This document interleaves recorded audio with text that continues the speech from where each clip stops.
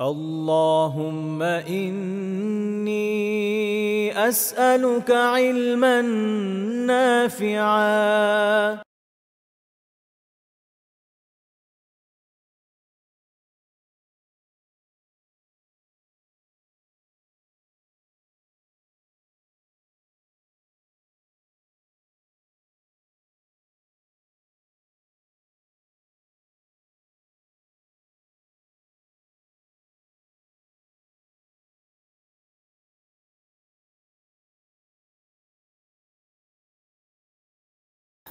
إن الحمد لله نحمده ونستعينه ونصلي على رسوله الكريم وعلى آله وصحبه أجمعين أما بعد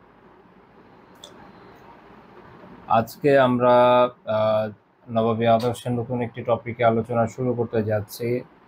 এই টপিকটাকে এভাবে নাম দেওয়া যেতে পারে যে বিবাদকারীদের মাঝে বা বিবাদমান পক্ষসমূহের মাঝে রাসূলুল্লাহ সাল্লাল্লাহু আলাইহি ওয়াসাল্লাম এর ফয়সালার পদ্ধতি বা তিনি কিভাবে এদের মাঝে ফয়সালা করতেন, এদের বিবাদকে কিভাবে নিরসন করতেন, এইটা আমরা আজকে থেকে ইনশাআল্লাহ তাআলা আলোচনা শুরু করব। এবং এটা আমাদের সামাজিক জীবনে, আসলে শুধু সামাজিক বলে ভুল হবে, আন্তর্জাতিক জীবনে, রাষ্ট্রীয় জীবনে, সামাজিক জীবনে এবং পারিবারিক জীবনে, এই চারটা জায়গাতেই এটা খুবই গুরুত্বপূর্ণ একটি বিষয়।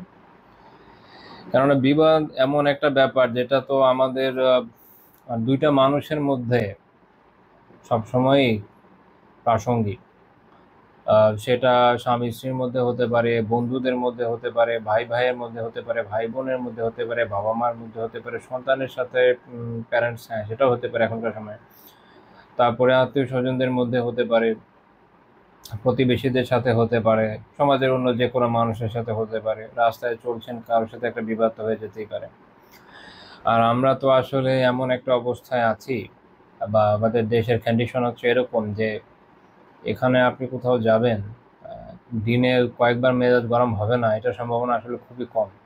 সেটা রাস্তায় বলেন, যানবাহনে বলেন, সেটা অফিসে বলেন, যে কোনো জায়গায় দেখবেন যে মন মেজাজ গরম হবেই। আর মন মেজাজ গরম থেকে মানুষ এক সময় বিবাদে লিপ্ত হয়।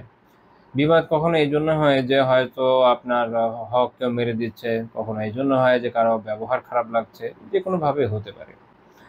আবার আমরা দেখি যে বিভিন্ন দল মতের লোকজন যারা নিজেদেরকে মুসলিম বা ইসলামী দাবি করে, তাদের মধ্যেও আমরা দেখি না সংঘাত সংঘর্ষ দেখছি, বিবাদ দেখি। আমরা বৃহত্তর পরিসরেও দেখি, আন্তর্জাতিকভাবে যদি চিন্তা করেন রাষ্ট্রগুলোর মধ্যেও বিবাদ হয়। তো বিবাদ এমন একটা বিষয় যেটা আসলে খুবই খুবই কমন একটা ব্যাপার মানব জাতির ভিতরে। মানব জাতি যতদিন থাকবে বস্তুত থাকবেই, কোনো সন্দেহের অবকাশ নেই। কাজে এই বিষয়ে রাসূলুল্লাহ সাল্লাল্লাহু আলাইহি ওয়াসাল্লামের সুন্নাহ কি ছিল, কিভাবে তিনি বিবাদকারীদের মধ্যে ফয়সালা করতেন, বা এই বিষয়ে ইসলাম আমাদের কি শেখায়, এটা জানা তাই আমাদের জন্য বেশ জরুরি, খুবই প্রাসঙ্গিক একটা বিষয়। তো রাসূলুল্লাহ সাল্লাল্লাহু আলাইহি ওয়াসাল্লামের এই ধরনের বিবাদ, যে কোনো ধরনের বিবাদের ক্ষেত্রে, ফয়সালার ক্ষেত্রে ওনার যে নীতি, সেখানে একটা বিষয় আমাদের বিশেষভাবে কর্তব্য, সেটা হচ্ছে যে এই সাউন্ড চলে গেছে, রাইট? আচ্ছা, এখন আবার আসছে, আমি ধারণা করছি যে সম্ভবত আবার এসছে। চেক করছিলাম, মনে হচ্ছিল যে সাউন্ড নাই, আবার গেছে।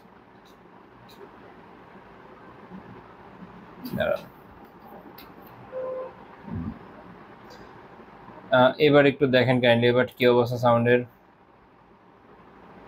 ঠিক আছে, আচ্ছা আলহামদুলিল্লাহ। গেলে আবার নক দিয়েন।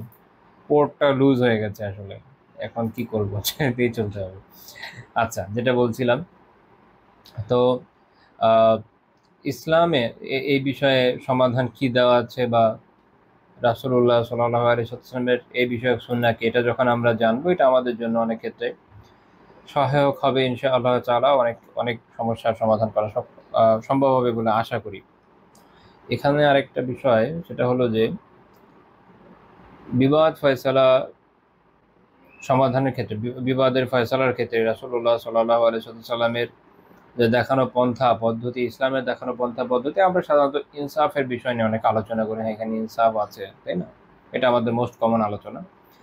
এখানে আরও একটা ইম্পর্টেন্ট জিনিস আছে যেটা আমরা অনেক সময় ভুলে যাই। আজকের দার্সটা বেসিক্যালি এটার উপরে, মূলত এটার উপরে। সেটা হচ্ছে কি যে ইনসাফের বিষয় তো আমাদের মাশাআল্লাহ সবারই জানা আছে। তো যেটা জানা দরকার এর সাথে সেটা হচ্ছে যে ইসলামের আকাঙ্ক্ষা বিবাদের বিপরীতটা, সেটা হচ্ছে কি ইসলাহ। ইসলাহ সংশোধন করানো, বা আপনি বলতে পারেন যে আপোষ করানো, মীমাংসা করে দেয়া। ইসলামের বিচার পদ্ধতির এটা একটা গুরুত্বপূর্ণ দিক, সেটা হচ্ছে কি ইসলাহ। ইসলামী এই যে বিবাদের সংশোধনের ক্ষেত্রে বা এটার ফয়সালার ক্ষেত্রে, বিবাদের ফয়সালার ক্ষেত্রে ইসলামের মূলনীতি এটা না যে সেটা প্রতিশোধ পরায়ণতা, না এটা না। যেমন অনেক ক্ষেত্রে দেখবেন যে অনেকগুলো এমন অনেক পদ্ধতি আছে বা এমন অনেক শাসন ব্যবস্থা আছে যেখানে প্রতিশোধ পরায়ণতাকে অনেক গুরুত্ব দেওয়া হয়। এমনকি পৃথিবীর অনেক জায়গায় যারা মোটামুটি সিনসিয়ারলি দিন পালন করেন, কিছু কাবায়েল বা জাতির বিষয় আছে, তাদের ক্ষেত্রে এটা প্রসিদ্ধ যে তারা অনেক বেশি প্রতিশোধ পরায়ণ হয়ে থাকে। ওইটা ইসলামের নামে চালিয়ে দিলেও ইসলামের মূল আকাঙ্ক্ষা কিন্তু প্রতিশোধ পরায়ণতা নয়। ইসলামের বিচার ফয়সালার ক্ষেত্রে মূল আকাঙ্ক্ষা যে জিনিসটা, সেটার নাম হচ্ছে সংশোধন। আমরা বিবাদমান পক্ষগুলোর মধ্যে সংশোধন কামনা করি। কি কামনা করছি? সংশোধন। এটা মনে রাখতে হবে, এটা হচ্ছে ইসলাহ।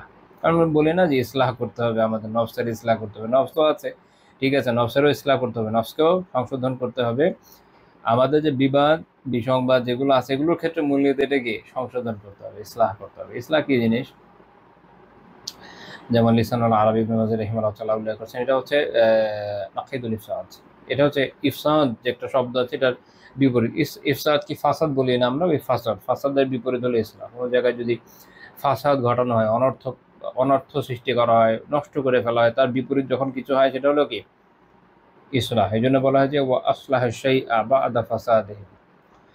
কোনো কিছুকে নষ্ট করে ফেলার পরে, এটাকে ঠিক করা, আপনি বলতে পারেন পুনরুদ্ধার করা, এটা হচ্ছে কি ইসলাহ। আর এই যে পারস্পরিক যে সম্পর্ক নষ্ট হয়ে যাওয়াটা, এটার মধ্যে যখন এটাকে যখন ঠিক করা হয়, সংশোধন করা হয়, তখন এটাকে বলা হয় আপনার এই উভয়ের মধ্যে যে সম্পর্ক, এটাকে বলা হয় কি আপনার জাত আল বাইন, এভাবে আর কি আরবিতে হাদিসগুলোতে এই শব্দের জোরের প্রয়োগ আছে। অর্থাৎ সম্পর্কে যে অধিকারী দুজন, এদের মধ্যে যে ইসলাহ, এটা নিয়ে আমরা আলোচনা করব, বা এটা এইভাবে বলা যে ইসলাহুল বাইন, পারস্পরিক সম্পর্কের যে সংশোধন, এটা নিয়ে আমরা আলোচনা ইনশাআল্লাহ তাআলা করব। তো সম্পর্ক থাকলে নষ্ট হয়, সম্পর্ক না থাকলে তো নষ্ট হয় না, থাকলেই নষ্ট হয়। তো কিভাবে হয় এটা আমরা বুঝি, ওটা নিয়ে আলাপ আলোচনার দরকার নেই এখানে। আমরা একটু পারিভাষিক দিকেও যদি যেতে চাই, যে সংজ্ঞা দিতে গেলে কিভাবে বলা যায় যে ইসলাহুল বাইন আসলে কি জিনিস, পারস্পরিক সম্পর্কের সংশোধনটা আসলে কি জিনিস। ডক্টর সুলাইমান লাহিম হাফিজাহুল্লাহ তাআলা, ওনার কিতাব আছে মারাক আল আজ্জা, উনি খুব চমৎকার একজন মুহাদ্দিস বর্তমান জামানার। বয়স্ক মানে যারা এখনো বেঁচে আছে আলহামদুলিল্লাহ, বড় আলিমদের মধ্যে সারা দুনিয়ায়, তার মধ্যে একজন। যদিও বাংলাদেশের মানুষ অনেকে চিনেন না, 80-90 দশকে আমরা অনেক ক্ষেত্রে পড়ে থাকি, তো এই একটা সমস্যা। পরবর্তী জামানায় আরো বড় বড় আলিম আসছে। আচ্ছা, তো সুলাইমান লাহিম উনি একটা সংজ্ঞা দিয়েছেন, যেটা হচ্ছে কি ইসলাহুল বাইন কি জিনিস, মানে হচ্ছে ইসলাহুল আহওয়ালি ওয়াল আলাকাতি বাইনান নাস। মানুষের যে পারস্পরিক অবস্থা এবং পারস্পরিক যে সম্পর্ক আছে, এটাকে সংশোধন করাই হচ্ছে, আমরা বলছি ইসলাহুল বাইন। পারস্পরিক এই সম্পর্কের সংশোধন হলো এটা, অর্থাৎ ইসলাহু মা ফাসাদা মিনহা, অর্থাৎ এই যে পারস্পরিক অবস্থা, পারস্পরিক সম্পর্ক, এর মধ্যে যতটা যা নষ্ট হয়েছে এটাকে ঠিক করা। এবং তারপর উনি আরো ব্যাখ্যা করছেন যে ভেঙে গেছে এটাকে ঠিক করা, সম্পর্কে পুনঃস্থাপন করা, ছিন্ন না করা, এই সবগুলোই এর মধ্যে আসে। এটার যদি আমরা বিধান নিয়ে আলোচনা করি, যে এই যে পারস্পরিক সম্পর্ক নষ্ট হয়ে গেলে এটাকে ঠিক করা, আমাদের কাছে এটা একটা মজার বিষয় আসলে, যে আমরা অনেক ক্ষেত্রে খেয়াল করি না যে একটা বিষয় আমরা করবো, এটার কোনো সরাই বিধান আছে কিনা। মনে রাখবেন, দুনিয়াতে এমন কিছুই না যেটা সরাই বিধানের বাইরে, সবকিছু আছে। হয় এটা ফরজ হবে, নয় ওয়াজিব, ধরেন যেটাই বলেন, তারপরে সুন্নাহ হবে, সুন্নাতে মুআক্কাদা জায়েদা না, তারপরে হচ্ছে বা মুবাহ হবে, মুস্তাহাব হবে বা মুবাহ হবে বা মাকরুহ হবে, বা মাকরুহে তাহরিমে হারাম হবে, কিছু না কিছু তো হবে। আমরা যখন বলছি যে পারস্পরিক সম্পর্ককে ঠিক করা, এটা কি এমনি মানে যে কোনো এমন বিষয় যেটা এমন কোনো গুরুত্বের দাবি রাখে না, বা যাচ্ছে হয়ে গেছে অমুক অমুকের সম্পর্ক নষ্ট হয়ে গেছে বা হয়ে গেছে, ওটা নিয়ে মাথা ঘামানোর দরকার নেই। আসলে ব্যাপারটা কিন্তু এমন না। শরিয়া বিষয়টাকে এভাবে দেখে নাই। আল্লাহ তাআলা সূরা আনফালে বলেছেন একদম ১ নম্বর আয়াত, ফাত্তাকুল্লাহ, তোমরা আল্লাহকে ভয় করো, ও আসলিহু যাতা বাইনিকুম, এবং তোমাদের মধ্যকার যে সম্পর্ক এটাকে সংশোধন করো, ওয়া আতিউল্লাহ ওয়া রাসূলাহ, এবং আল্লাহ ও তার রাসূলের আনুগত্য করো। তাহলে এই যে আল্লাহকে ভয় করা এবং তার সব পারস্পরিক সম্পর্ক যেটা নষ্ট হয়ে গেছে বা নষ্ট হওয়ার পথে, এটাকে যে ঠিক করে ফেলাটা, এটা এত গুরুত্বপূর্ণ যে আল্লাহ তাআলা এরপরে বলছেন কি, ওয়া আতিউল্লাহ ওয়া রাসূলাহ, আর তোমরা আল্লাহ ও তার রাসূল এর আনুগত্য করো, ইন কুনতুম মুমিনিন, যদি তোমরা মুমিন হয়ে থাকো। আগের বিষয় দুইটা কিন্তু এটার সাথে সম্পৃক্ত। তো তাকওয়া থাকলে আপনি এটা করবেন, সম্পর্ককে সংশোধন করবেন, ভালো রাখার চেষ্টা করবেন। আবার কারো ভেঙে গেছে, একজন ভাইয়ের সুযোগ আছে যে সেখানে হস্তক্ষেপ করে বিষয়টাকে ঠিক করতে পারে, তার জন্য এটা দায়িত্ব যে সেটাকে ঠিক করবে, যদি সে মুমিন হয়ে থাকে। আল্লাহ তাআলা এই নির্দেশনা দিয়েছেন যেন তোমরা এটা করো। আমরা এরপরে দেখবো যে এই বিষয়ে হাদিসও আছে, হাদিসেও নির্দেশনা আছে। তাই আমরা বলতে পারি যে আল্লাহ তাআলা নির্দেশনা দিয়েছেন, রাসূলুল্লাহ সাল্লাল্লাহু আলাইহি ওয়াসাল্লাম এই বিষয়ে নির্দেশনা দিয়েছেন। কাজেই সম্পর্ককে জোড়া লাগানোর ক্ষেত্রে পারস্পরিক বিবাদকে সংশোধন করার এই কি বলবো এটাকে, পারস্পরিক বিবাদের যে সমস্যাটা, এটাকে ঠিক করার মাধ্যমে সম্পর্ককে সংশোধন করার ক্ষেত্রে আল্লাহ এবং তার রাসূল সাল্লাল্লাহু আলাইহি ওয়াসাল্লামের যে নির্দেশনা তার আনুগত্য করো, যদি তোমরা মুমিন হয়ে থাকো, এবং এটার মাধ্যমে আল্লাহকে ভয় করো। আবার যাদের নিজেদের রিলেশন খারাপ হয়েছে, যদি এগুলো হচ্ছে গায়ে সরাই বিষয়, সরাই বিষয় হলে ভিন্ন কথা, পারস্পরিক বিভিন্ন বিবাদ বিসম্বাদ যেগুলো হয় সেটা নিয়ে আমরা আলোচনা করছি। তো সেক্ষেত্রে যারা হচ্ছে ভুক্তভোগী, মূলত দুই পক্ষ থাকে, বাদী বিবাদী, তাদেরও কাজ হচ্ছে আল্লাহকে ভয় করা এবং শরিয়ার যে চাওয়া, শরিয়ার যে কামনা, সে অনুযায়ী কাজ করা। এই জন্য ডক্টর সুলাইমান আল্লাহেম উনি একটা সুন্দর কথা বলেছেন ওনার কিতাবে, যে ইসলাহু যাতিল বাইনি মিন আউজাবিল ওয়াজিবাতি আলাল মুসলিমিনা ফিমা বাইনাহুম। মূল কথা হচ্ছে এই যে পারস্পরিক যে এই যে সম্পর্ক ঠিক রাখাটা, ইসলাহ করাটাকে সংশোধন করাটা, এটা হচ্ছে একটা ওয়াজিব দায়িত্ব, একটা আবশ্যকীয় দায়িত্ব। এটা কিরকম দায়িত্ব? নফল দায়িত্ব কিন্তু না, ওয়াজিব দায়িত্ব। একই কথা ইমাম গাজ্জালী রাহিমাহুল্লাহ তাআলা ইহয়া উলুমের মধ্যে উল্লেখ করেছেন। কারণ এখানে এই আয়াতে কি আল্লাহ তাআলা বলেছেন ওয়া আসলিহু যাতা বাইনিকুম, এখানে আমর আছে। উসুল হচ্ছে আল আমরু লিল উজুবি, নির্দেশনা ওয়াজিব বোঝায়। তো কাজে যেহেতু এখানে আল্লাহ তাআলা বলেছেন যে সংশোধন করো, তাহলে করাটা ওয়াজিব দায়িত্ব, করতে হবে। তবে এটা হচ্ছে ওয়াজিব আলাল কিফায়া, যদি কেউ আদায় করে দেয় তাহলে বাকিদের উপর থেকে দায়িত্ব পড়ে যাবে। তো তাহলে আমরা সরাই বিধান বুঝলাম, কিন্তু দেখেন আমরা কিন্তু সমাজে ঠিক এইভাবে এটাকে অ্যাপ্লাই করি। আমাদের কাছে মনে হয় এটা কোনো ব্যাপারই না, অমুক এবং তমুকের মধ্যে একটা ভুল বোঝাবুঝি হয়েছে, একটা সংঘর্ষ হয়েছে, রিলেশনটা ঠিক নাই। যার পক্ষে সম্ভব যে আমি এটাকে সংশোধন করে দিয়ে আসি, সে ওটা করতে চায় না, মনে করে আছে ওদের বিষয়ে যাক। কিন্তু যদি আমরা এটা এইভাবে বুঝি যে এটা কিন্তু একটা ওয়াজিব দায়িত্ব, কাউকে না কাউকে আদায় করতে হবে, এবং আমি সেই কেউদের একজন যাদের কথা উভয়ে শুনবে, সেক্ষেত্রে আমার জন্য কিন্তু এটা ওয়াজিব। অন্য কেউ যদি আদায় করে দেয় করলো, কিন্তু যদি না করে তাহলে আমার জন্য কিন্তু ওয়াজিব যে আমি যাব এবং এটাকে সংশোধন করবো ইনশাআল্লাহ তাআলা, অথবা চেষ্টা করব। যদি না হয়, আচ্ছা হবে কি হবে না এটা তো আল্লাহ তাআলাই জানেন, কিন্তু চেষ্টা তো করা আমার জন্য সরাইভাবে আবশ্যক। আমার কাজ হচ্ছে চেষ্টা করা, আমি এটা করতে বাধ্য। দেখেন এইভাবে যদি আমরা চিন্তা করি, এখন মাসআলাটাকে সামনে রেখে যে আমাদের এইভাবে করণীয়, তাহলে দেখবেন অন্তত অনেক সোশ্যাল ডিসপিউটস এবং ফ্যামিলি ম্যাটার যেগুলো থাকে, সেখানে যে ধরনের ডিসপিউটগুলো থাকে, এগুলো অনেক কিছু এমনি মীমাংসা হয়ে যাবে। অনেক সমস্যার মীমাংসা শুধু এই জন্য হয় না যে বিবাদমান দুই পক্ষের মাঝে যাদের এই সামর্থ্য সক্ষমতা আছে যে তারা গিয়ে এটাকে সংশোধন করতে পারবেন, তারা যান না। হ্যাঁ, কখনো কখনো সিচুয়েশন এমন হয় যে আসলে যাওয়ার অবস্থাও থাকে না, কারণ আমরা জানি মানুষ কাউ কীরকমের হয়, কিন্তু সেটা তো ওদের তখন কায়েম হচ্ছে, যতক্ষণ না হচ্ছে আমাদের তো কাজ হলো কি চেষ্টা করা, করছি কিনা, দেখা যাচ্ছে না করছি না, তাহলে তো সমস্যা। এই জন্য বললাম যে অনেক জায়গায় এই সমস্যার সমাধান হয়ে যেতে পারে যদি বিবাদমান পক্ষ যারা তাদের মাঝে মিডিয়েটর হওয়ার মতো যোগ্যতা যাদের আছে সেসব ব্যক্তিরা যদি তাদের সরাসরি দায়িত্বটা ঠিকমতো পালন করেন, অর্থাৎ গিয়ে এটা সংশোধনের চেষ্টা করেন, তাহলে ইনশাআল্লাহ তাআলা অনেক সমস্যা আশা করি ঠিক হয়ে যাবে। বাকি তো আল্লাহ তাআলাই ভালো জানেন। আচ্ছা, এই বিষয়ে ইসলাহের বা পারস্পরিক যে সম্পর্ক স্থাপনের আহ, ব্যাপারে কোরআনে অনেকগুলো আয়াত রয়েছে। আমরা তো একটা দেখলাম, আরো অনেকগুলি বলা যায়, সব বলবো না, আমাদের এটা উদ্দেশ্যও না। বেশ আলোচনার জন্য জরুরি এরকম দু একটা আয়াত আমরা দেখবো, কয়েকটা হাদিস দেখবো ইনশাআল্লাহ তাআলা। যেমন সূরা আন-নিসার 114 নম্বর আয়াতে আল্লাহ তাআলা বলেছেন, লা খায়রা ফি কাসীরিন মিন নাজওয়াহুম। মুনাফিকদের ব্যাপারে আল্লাহ তাআলা বলছেন যে তাদের যে অধিকাংশ গুপ্ত পরামর্শ, এটা কোনো কল্যাণ নাই। এরা মুসলিমদের বিরুদ্ধে কি গুপ্ত পরামর্শ করে, একে অপরের সাথে বলাবলি করে। বর্তমান সময়েও যারা ইসলামের ক্ষতি করতে চায়, বিভিন্ন মুনাফিক, জিন্দিক, মুলহিদ যা আছে, তারাও বিভিন্ন সলা পরামর্শ করে। তো ওইটাতে আসলে কোনো কি নাই, কোনো খায়ের নাই, ওটা কোনো কল্যাণ নাই। আলটিমেটলি ওটা ব্যর্থতায় পর্যবসিত হবে। তো আল্লাহ তাআলা বলছেন, ইল্লা মান আমারা বিসাদাকাতিন আও মা'রুফিন আও ইসলাহিন বাইনান নাস। তবে যে পরামর্শে দান খয়রাত করতে, নেক কাজ করতে এবং মানুষের মধ্যে সংশোধন করতে বা শান্তি স্থাপন করতে নির্দেশ দেওয়া, এটা কল্যাণ আছে। তাহলে যদি আমরা পারস্পরিক পরামর্শ আমাদের এই বিষয় হয় যে আমরা একজন আরেকজনকে পরামর্শ দিব, ভাই এটা একটা সাদাকার সুন্দর জায়গা, এখানে আপনি সাদাকা করতে পারেন, তাহলে ইনশাআল্লাহ তাআলা আপনিও সওয়াব পাবেন, পরামর্শ দেওয়ার কারণে আমিও সওয়াব পাবো।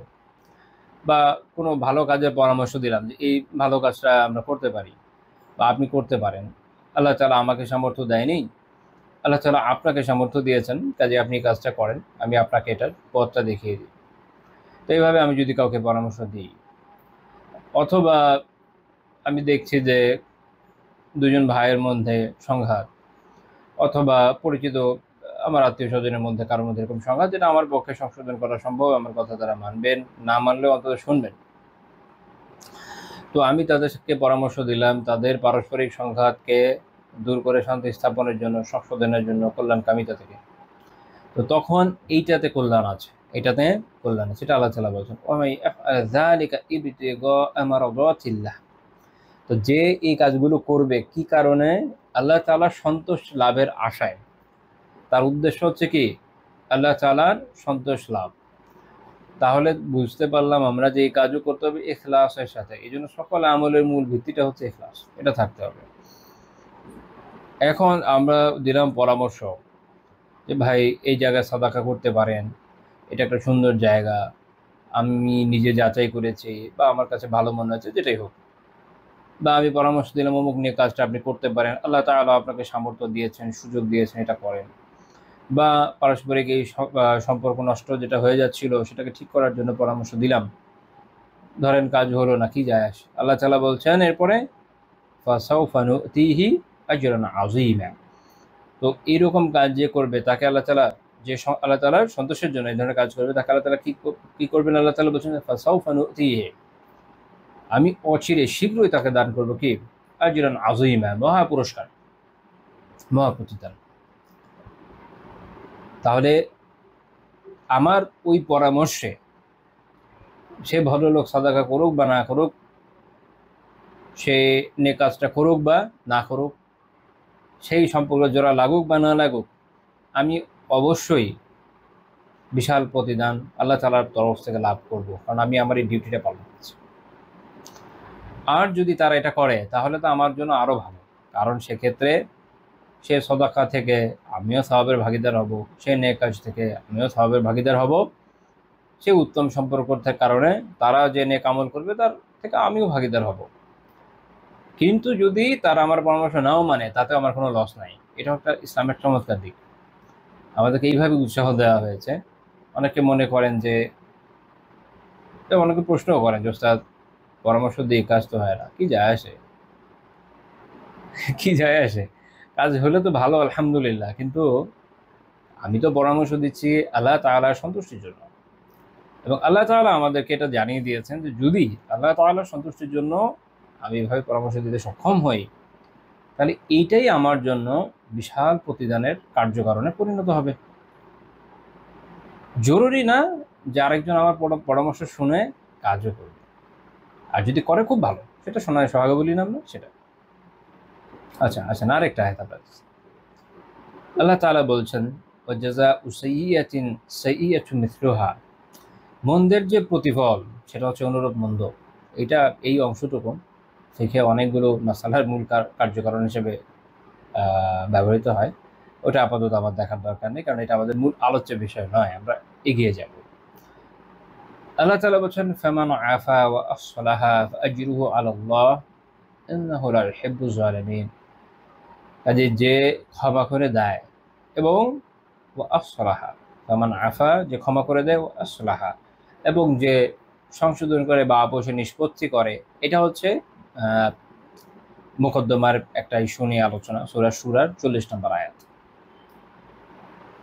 যেখানে আল্লাহ তাআলা বাদীকে উৎসাহ দিচ্ছেন যে যে ক্ষমা করে দেয় এবং আপোষ নিষ্পত্তি করে নেয়, গুরুত্বপূর্ণ বিষয় ক্ষমা করা এবং আপোষটাকে নিষ্পত্তি করে নেয় মামলাটাকে, আজরুহু আলাল্লাহ, তাহলে তার কি দুনিয়াতে লস আছে কিনা, এটা হলো কথা, যে তার কি লস হবে কিনা। ইসলাম আমাদেরকে একটা ভিন্ন দৃষ্টিভঙ্গিতে বাঁচতে শেখায়। যেমন ধরেন, সাধারণ দুনিয়াবি সেন্সে মানুষ যখন কেউ কাউকে কর্জ দেয়, তখন সে চায় যে সেটা কি বসে থাকবে শুধু শুধু টাকাটা ওখান থেকে একটা ইন্টারেস্ট পেতে, যেন সে দুনিয়াবি দৃষ্টিকোণ থেকে উপকৃত হয়। অন্যদিকে ইসলাম আমাদের শেখাচ্ছে যে এটা বৈধ নয়, যে কোনো খরচ যেটা থেকে উপকার পাওয়া যায় রিবা, যেমনটা হাদিসে এসেছে মুসনাদুল হারিসে, যে এটা রিবা, এটা সুদ। কোনো খরচ থেকে যদি যারা মানফাআতান, কোনো ধরনের উপকার যদি পাওয়া যায়, ওটা সুদ হয়ে যাবে। তো আমাদের জন্য তো বৈধ না। তখন প্রশ্ন আসবে যে তাহলে আমরা কিসের জন্য আমাদের কষ্টের সম্পদ আরেকজনকে দিচ্ছি? আল্লাহ তাআলার কাছে উত্তম প্রতিদানের জন্য। কারণ আমাদের দৃষ্টিভঙ্গি বা জীবন দর্শন শুধুমাত্র এই দুনিয়াতে সীমাবদ্ধ না। আমাদের জীবন দর্শন হলো এটা যে এই দুনিয়াতে আমরা এসেছি পরকালের পাথেয় সঞ্চয় করার জন্য। এই দুনিয়াটা খুবই সাময়িক, খুবই ছোট, খুবই সাময়িক, খুবই অল্প সময়ের। অনন্তকালের পাথেয় সংগ্রহ করার জন্য এখানে এসেছি। সেই পাথেয় যত বেশি সংগ্রহ করতে পারবো ততই ভালো। তো ফলে আমরা এইভাবে জীবনযাপন করি যে আমরা আমাদের সাধ্যমতো সর্বাত্মক সহায়তা করতে থাকি, সাধ্যমতো সর্বাত্মক নেক আমল করতে থাকি।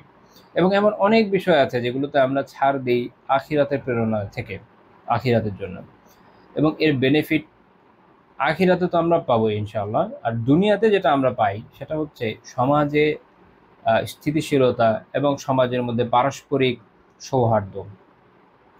প্রতিশোধ নেওয়ার মাধ্যমে মাঝে মাঝে একটা রাষ্ট্রকে সাজা তো দিতেই হয়, সেটা আলাদা কথা, কিন্তু গণহারে প্রতিশোধ নেওয়ার মাধ্যমে সমাজে যেটা হয়, প্রতিশোধের একটা সিলসিলা জারি হয়ে যায়। আমরা আমাদের দেশে দেখি যে একটা দল ক্ষমতায় আসে, বিপক্ষ দলকে বা বিপক্ষ বড় দলকে সে অনেক অত্যাচার করে, সেই দল ক্ষমতায় আসে, সে আবার আগের দলকে অত্যাচার করে, এভাবে চলতে থাকে চক্রাকারে। মাঝে মাঝে 2-4টা ছুটকা মুটকা প্লেয়ার আসে, ওরা কয়েকদিন খুব চিল্লাচিল্লি করে, পরে হাওয়া হয়ে যায়। তো ওই গ্র্যাজুয়ালি মারপিট আমাদের দেশে চলে আসছে বহুকাল ধরে। এটা পাকিস্তান পিরিয়ড থেকে আসলে চলছে। পাকিস্তান পিরিয়ডে সেটা মুসলিম লীগ বনাম ওই কি একটা মোর্চা ছিল যেন, আওয়ামী লীগ, তারপরে হচ্ছে আপনার 4টা পার্টির একটা যুক্ত ফ্রন্ট। তো এই ওখানে এটা ছিল গ্র্যাজুয়ালি, এটা মানে ওই এই যে 2 পার্টিজান সিস্টেম মেজরিটির, এটাই ঘুরতে এক এক সময় এক একটা হয়েছে। কিন্তু চলেছে, ম্যাক্সিমাম সময় চলেছে এরশাদের আমল ছাড়া। তখন বিপক্ষে আওয়ামী লীগ, বিএনপি দুইটাও দল ছিল বড়সড়। যাই হোক, ইস্যু হলো এইটা যে এইটা দেখেন, এইটা একটা সিলসিলা চালায় সমাজে। যখন এরকম সিলসিলা চলে প্রতিশোধ পরায়ণতার, তখন আপনি কখনোই শান্তি এবং সুখ সেই সমাজে আনতে পারবেন না, সমৃদ্ধি আসবে না। ইসলাম আমাদেরকে এই জন্য এইটা শেখায়নি, বলেছে ফামান আফা ও আসলাহা, যে ক্ষমা করে এবং আপোষে নিষ্পত্তি করে, তাহলে সে কি পাবে? আল্লাহ তাআলা বলছেন আজরুহু আলাল্লাহ, তার প্রতিদান আল্লাহ তাআলার কাছে, তার পুরস্কার আল্লাহ তাআলার কাছে। আল্লাহ তাআলা যখন বলছে যে তার কাছে, নিশ্চয়ই সেটা অনেক বড়ই হবে।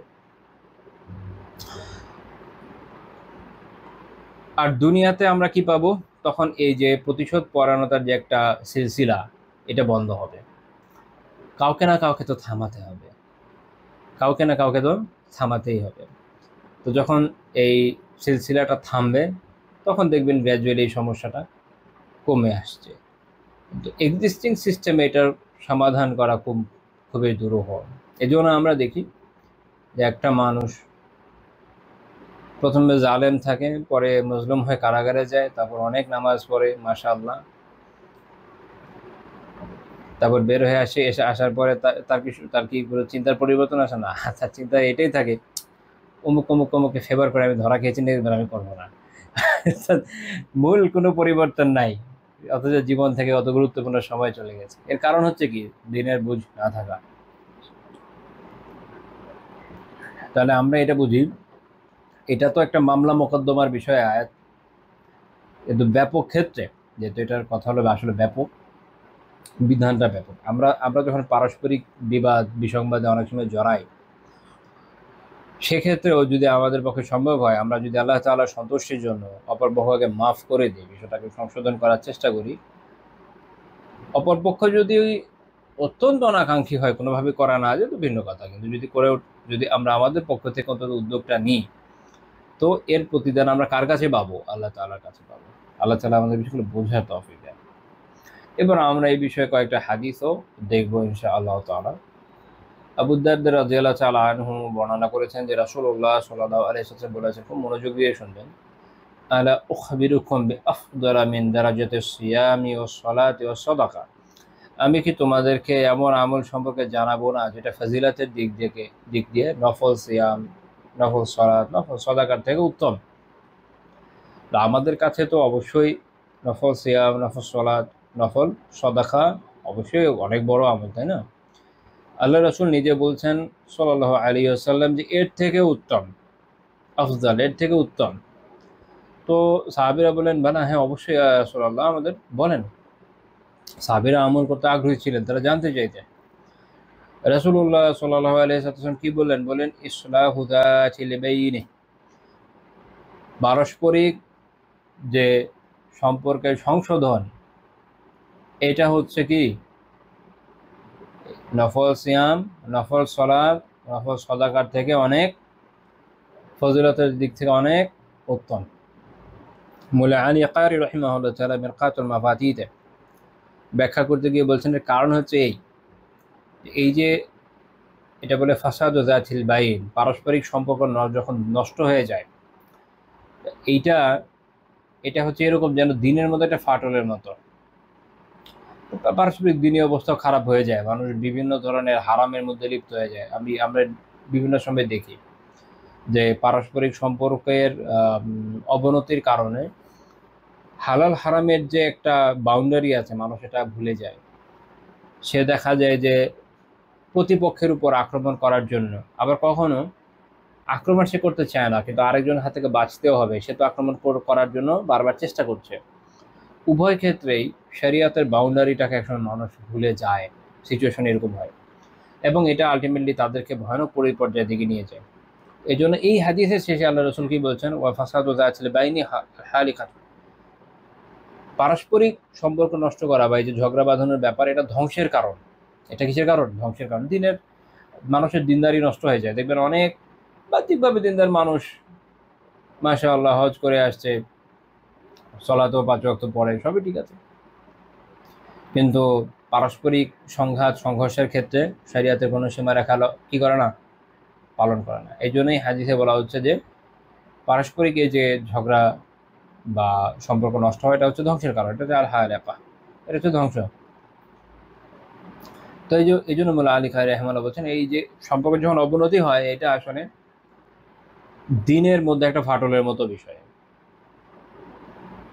যেটা একটু আগে ব্যাখ্যা করলাম কেন সেটা। এই জন্য উনি এরপরে বলছেন, কাজে যেই সম্পর্ককে সংস্কারের চেষ্টা করবে, পুনঃস্থাপনের চেষ্টা করবে, বিভেদকে দূর করবে, সে এমন একটা মর্যাদা অর্জন করবে যেটা কেবলমাত্র নিজে একটা ইবাদতে ব্যস্ত থাকা, নিজে একটা ইবাদতে ব্যস্ত আছি, আমি সিয়াম পালন করি, মাশাআল্লাহ কিয়াম করি, হ্যাঁ, সদাকা করছি, এটা আবার ব্যক্তিগত আমল, তার থেকে অনেক উত্তম। শরিয়ার এই একটা গুরুত্বপূর্ণ দিক দেখবেন যে সামাজিক প্রয়োজন যেগুলো, সামাজিক আবশ্যকীয় প্রয়োজনকে ব্যক্তিগত নফল ইবাদত, ফরজ না, ব্যক্তিগত নফল ইবাদতের উপর প্রাধান্য দেওয়া হয়েছে। অনেকে এখানে একটা ভুল বোঝে, তারা যেটা করে তারা মনে করেন সামাজিক চাহিদাগুলো পূরণ করতে গিয়ে আমি আমার ফরজও ছেড়ে দিই, পারি অতবেলে এইটা না, এটা করা যাবে, এটা ভুল। ফরজ যেটা সেটা সবার আগে, এরপরে যখন নফলের বিষয় আসবে, বিভিন্ন নফলের বিষয় আসবে, তখন তার থেকে সামাজিক প্রয়োজন যেগুলো খুবই গুরুত্বপূর্ণ এগুলো মর্যাদা রাখে বেশি, কারণ এটার মাধ্যমে অনেক মানুষ উপকৃত হয় এবং এর ফলে আপনি অগণিত সওয়াব লাভ করবেন, যেটা আপনার একক একটা নফল ইবাদতের থেকে আপনি যদি একটা কাল্পনিক দাঁড়িপাল্লা দিয়েও মাপার চেষ্টা করে দেখবেন ওটা বেশিই পড়বে। নিজে ভেবে দেখতে পারেন, আর এটাই বাস্তবতা।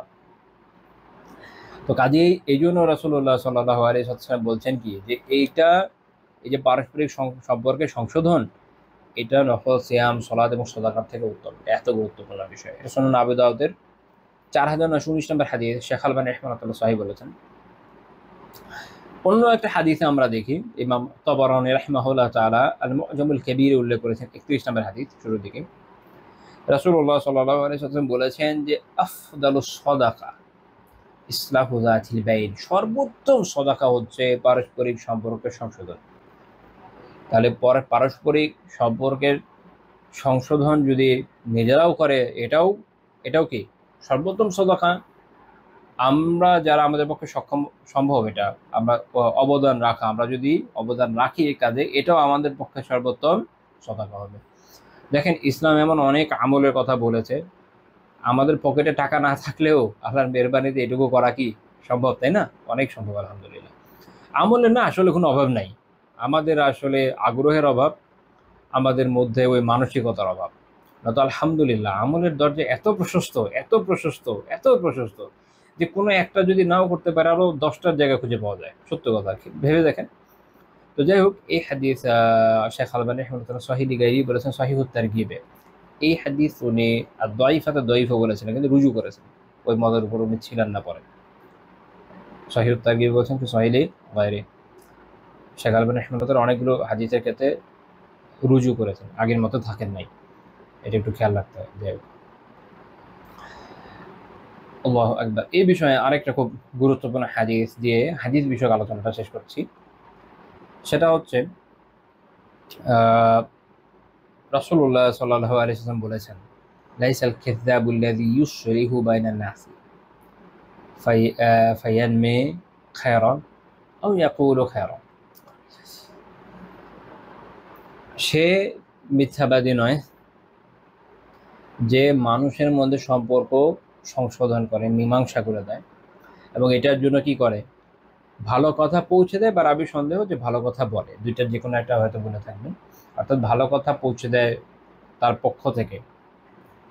অর্থাৎ যে ব্যক্তি, মনে করেন দুজনের মধ্যে সংঘাত হয়েছে, এখন অমুকের বিষয়ে ধরেন ক আর খ সংঘাত হয়েছে, এখন গ একটা লোক, সে ক এর কথা খকে, খয়ের কথা ককে বলবে ভালো কথা, যে ককে বলবে যে খ ব্যাপারে সে তো তোমার ব্যাপারে এই বলে, খারাপগুলো চুপ থাকবে, ওটা নিয়ে তার কথাবার্তা বলবে না। আবার ককে বলবে ভাইস ভার্সা, উভয় পক্ষ কিভাবে বলবে যে অমুক তোমাকে তো ভালোই বলে, এটা এই বিষয়টা ভালো, তোমাদের মধ্যে এই বিষয়টা ভালো, মানুষের কিছু সমস্যা থাকেই বাদ দাও। তো সে তখন যদি তাকে জিজ্ঞাসা করে যে হ্যাঁ সে তোমার ব্যাপারে এই বলে, সে হয়তো চুপ থাকলো, এটা হচ্ছে একটা ব্যাখ্যা, যে সে হয়তো চুপ থাকলো। এই চুপ থাকার কারণে সামাজিকভাবে অনেকে বলতে পারে তুই মিথ্যা বলছে, কিন্তু আসলে সে মিথ্যাবাদী নয়। আরেকটা হচ্ছে যে হাকিকিভাবে সে যদি মিথ্যা বলে, হাকিকিভাবেও সে যদি মিথ্যা বলে যে না না সে এরকম কিছু বলে না, শুনুন তোমার ব্যাপারে ভালোই বলে, তাহলে সেটা কি বৈধ হবে কিনা? এই হাদিস থেকে মনে হয় যে বৈধই হবে। ইমাম বুখারী রাহিমাহুল্লাহ তাআলা অধ্যায়ের যে নামকরণ করেছেন তাই এটা তাই করে, ডিনোট করে। এবং এটা ওলামাদের একটা প্রসিদ্ধ ইখতিলাফের জায়গা, যে হাদিসটাকে কি বাহ্যিক অর্থের উপরই প্রাধান্য দেওয়া হবে, যে হ্যাঁ আসলেই সম্পর্ক জোড়া লাগানোর জন্য মিথ্যা বলে দেওয়াটা বৈধ, হারাম সম্পর্কে কিন্তু হালাল সম্পর্ক মনে রাখেন। আবার আস্তাগফিরুল্লাহ, মানুষ অনেক সময় এটা ভুল জায়গায় অ্যাপ্লাই করে। আমি অভিজ্ঞতা থেকে বলছি যে দেখা যাবে দুজনের মধ্যে হারাম সম্পর্ক জোড়া করার জন্য মিথ্যা কথা বলে দিচ্ছে, মনে করছে আমি বিশাল নেক কাজ করছি, না ওটা হারাম, ওটা করা যাবে না। হালাল সম্পর্ক, এটা ওলামা ব্যাখ্যাও করেছেন, যারা বলছেন যে না মিথ্যা বলে সমস্যা নাই। আর কেউ কেউ এটা ব্যাখ্যা করেছেন এইভাবে, এর মানে হচ্ছে যে তাওরিয়া করবে, এমন কথা বলবে যেটা দুই রকম অর্থ রাখে, তাতে সে একটা বুঝে নেবে, এ নিজে মনে মনে আরেকটা মিন করবে, এটা একটা ব্যাখ্যা। আরেকটা ব্যাখ্যা হচ্ছে যে চুপ থাকবে, ওই কথাগুলো যখন যে প্রশ্নগুলো আসবে তখন চুপ থাকবে, আর যে ভালো কথাগুলো পৌঁছাবে শুধু। এরকম কয়েকটা ব্যাখ্যা আলিমরা করেছেন। তো যাই হোক, ইমাম বুখারী রাহিমাহুল্লাহ তাআলার অধ্যায়ের যে নামকরণ সেই অনুযায়ী বোঝা যায় উনি এটার এই মতই দিচ্ছেন যে হারাম হবে না যদি কেউ মিথ্যা বলেও দেয়, এবং এটা প্রাধান্য দেওয়ার মতো মত। ইমাম বুহুতি রাহিমাহুল্লাহ তাআলা কাশফুল কিনাতে বলছেন ইউবাহুল কাযিব লিইসলাহিন বাইনাল মুতাখাসিমাইন ওয়ালি হারবিন ওয়ালি জাওজা। তিনটা জায়গা আছে যেখানে প্রয়োজনে যদি মিথ্যা বলতে হয় এটা বৈধ। আর কোনটা বৈধ কোনটা অবৈধ এটা কে আমাদের জানাবে? শারে, যিনি শরিয়া প্রণয়ন করেছেন তিনি বলবেন। তো রাসূলুল্লাহ সাল্লাল্লাহু আলাইহি ওয়াসাল্লাম জানিয়ে দিচ্ছেন যে এই জায়গায় মিথ্যা। আরেকটা হাদিস আছে, কয়েকটা হাদিস মিলে এই মাসালা আসছে যে একটা বৈধ কোন জায়গায়, এরকম বিবাদমান দুইটা জায়গাতে যদি এরকম প্রয়োজনবশত, মানে গণহারে আপনি একদম থলি ধরে নিয়ে যাবেন আর একের পর এক থলি থেকে মিথ্যা বের করবেন, এরকম না, প্রয়োজনের সাপেক্ষে যদি বলতেই হয় তাহলে দুজনের মধ্যে সম্পর্ক ঠিক করা অনেক গুরুত্বপূর্ণ, দুজন মুসলিমের মধ্যে সম্পর্ক ঠিক করা, সেটার জন্য যদি বলে বৈধ। অথবা যুদ্ধের জন্য কুফফারদেরকে হারাইতে হবে, কুফফারদের সাথে জিহাদ হচ্ছে, কোনো একটা জায়গায় তাদেরকে আপনি ট্র্যাপ করে হামলা করবেন, একটা ভুল তথ্য দিলেন, তার সৈন্যবাহিনী ওইদিকে চলে গেল, ওইদিকে যাওয়ার পরে ওখানে আপনি আগে থেকে ট্র্যাপ সাজিয়ে রেখেছেন, পরে আক্রমণ করা হলো, তাদেরকে অ্যাম্বুশ করা হলো, উড়ে গেল, বলতে হবে তো মিথ্যা তথ্য না দিলে ওদেরকে ট্র্যাপ করবেন কেমনে, আরও বিভিন্ন ওয়ে হতে পারে। তো এই জন্য হারবিন, যুদ্ধের জন্য দুইটা জায়গা। 3 নাম্বার কি লিজাওজা, স্ত্রীর জন্য। পারস্পরিক অনেক সময় কি হয় মুতাখাসিমাইন, এদের বিষয় তো চলেই আসতো আসলে বিবাদমান দুই পক্ষের মধ্যে, স্পেসিফিকলি ফুকাহারা স্ত্রীর কথা বলেছেন। স্বামী স্ত্রী অনেক সময় এরকম মনোমালিন্য হয়ে যায়, হয় না, বিভিন্ন বিষয়ে উদাহরণ করতে গেতে পারবে। তো তখন দেখা যায় যে ঠিক করা খুব কঠিন হয়ে যায়, অথচ শয়তান খুশি হয়ে যায় যদি স্বামী স্ত্রীর সম্পর্ক নষ্ট হয়ে যায়, তাই না, আমরা হাদিস থেকে জানি। তো তখন এটাকে ঠিক করার জন্য এটা তখন বৈধ হবে। ইমাম গাযালি রাহিমাহুল্লাহ তাআলার মন্তব্য হচ্ছে এই বিষয়ে এই ইহয়া উলুমের একটা সংক্ষিপ্ত সার আছে, মাউইজাতুল মুমিনিন, ইমাম জামালউদ্দিন কাসিমি রাহিমাহুল্লাহ তাআলা করেছেন এখন। তো ওখানে উনি ইমাম গাযালি রাহিমাহুল্লাহর উক্তি উল্লেখ করেছেন যে হাযা ইয়াদুল্লু আলা উজুবিল ইসলাহি বাইনান নাস। এই যে হাদিস যেটা মাত্র আমি উল্লেখ করলাম, বলছেন যে এইটা দলিল দিচ্ছে এই বিষয়ে যে মানুষের মধ্যে সম্পর্ক রক্ষা করা যে ওয়াজিব। যদি ওয়াজিব না হতো, উনি বলছেন যে যদি ওয়াজিব না হতো তাহলে কিন্তু এরকম হতো না যে মিথ্যাকে বৈধতা দেওয়া হতো না এই জায়গায়। তিনি বলছেন যে আন্না তারকাল কাযিবি ওয়াজিব, কেননা মিথ্যা পরিত্যাগ করা হলো ওয়াজিব, রাইট। ওয়ালা ইয়াসকুতুল ওয়াজিবু ইল্লা বিওয়াজিবিন আখাযা মিনহু। কোনো ওয়াজিব, এটা একটা উসুলের বিষয়, একটা ওয়াজিব তার থেকেও শক্তিশালী ওয়াজিব বা তার থেকেও বেশি জোর দেওয়া হয় এরকম ওয়াজিব ব্যতীত এটা পতিত হয় না। অর্থাৎ মনে করেন দুইটা ওয়াজিব আমল একসাথে উপস্থিত হলো, একটা আপনি দুইটা একসাথে করতে পারবেন না, এইটা ওইটাকে নাকচ করবে, ঠিক আছে, বা ওইটা এটাকে নাকচ করবে। দুইটা যদি একটা বেশি শক্তিশালী হয় তখন উসুল হচ্ছে যেটা বেশি শক্তিশালী ওয়াজিব সেটাকে আমল করা, যেটা তুলনামূলক কম ওটা পড়ে যাবে, ওইটার দায়িত্ব থাকবে না তখন। এটা ইমাম গাযালি রাহিমাহুল্লাহ তাআলা উসুল আলোচনা করছেন ইহইয়াতে। যেহেতু পারস্পরিক সম্পর্ক রক্ষা করা এটা মিথ্যা পরিহার করার থেকেও বেশি শক্তিশালী ওয়াজিব, এই কারণে উনি বলছেন যে উসুলিভাবে বিষয়টা হচ্ছে এই যে এইরকম জায়গা যখন হবে যে বলতেই হচ্ছে সম্পর্ককে ঠিক রাখার জন্য স্ত্রীর সাথে বা পারস্পরিক এই ধরনের সম্পর্ককে, তখন এই সম্পর্ককে রক্ষার জন্য বাধ্য হয়ে যদি সেটা বলে তখন গুনাহগার হবে না। এবং এখান থেকে এই মাসালাও বের হয় যেটা কতটুকু শক্তিশালী ওয়াজিব, সাধারণ মানে না, অনেক শক্তিশালী ওয়াজিব, এটা আমাদের বোঝা জরুরি। আল্লাহ তাআলা আমাদের বোঝা তৌফিক দেন, কারণ আমরা এটা বুঝি না, আমরা খালি আছি লাগালাগির ধান্দায়। হ্যাঁ, অমুকের সাথে তমুকের লাগছে, আবার কি মানুষ লাগিয়ে দেয়, ওর সাথে লাগিয়ে দেয়। দুইটা মানুষ আলহামদুলিল্লাহ ভালো রিলেশন, কোনো লাগালাগির কোনো কার্যকারণ নাই, মানুষের সহ্য হয় না, সে গিয়ে কিছু একটা বলবে যেন লেগে যায়। দুইটা বন্ধুর ভালো রিলেশন, আয়োজনে ভালো লাগছে না, বা আবার হয় কি দেখবেন যে দুইজন হয়তো দুই গ্রুপের মানুষ, এক গ্রুপেরও না, এটা আবার সহ্য হয় না ওনাদের, আরে তোমরা ভিন্ন গ্রুপের একসাথে কিভাবে থাকতে পারো, লাগাই দিতে হবে। তো গিয়ে একটা কোনো কথা লাগিয়ে দেবে, দেখেন দুইজন মানুষ একসাথে চলছে, সব বিষয়ে তো মিল হবে না, এটা স্বাভাবিক না। মিল হওয়া স্বাভাবিক? মিল হওয়া স্বাভাবিক না, অস্বাভাবিক এটা যে একদম সব বিষয় আপনার মিল হয়ে যাবে। অনেক জায়গায় হবে মিল হবে না, এটা তো স্বাভাবিক। কিন্তু চলতে চলতে নিজেদের মধ্যে কখনো এটা মাথায় আসে না।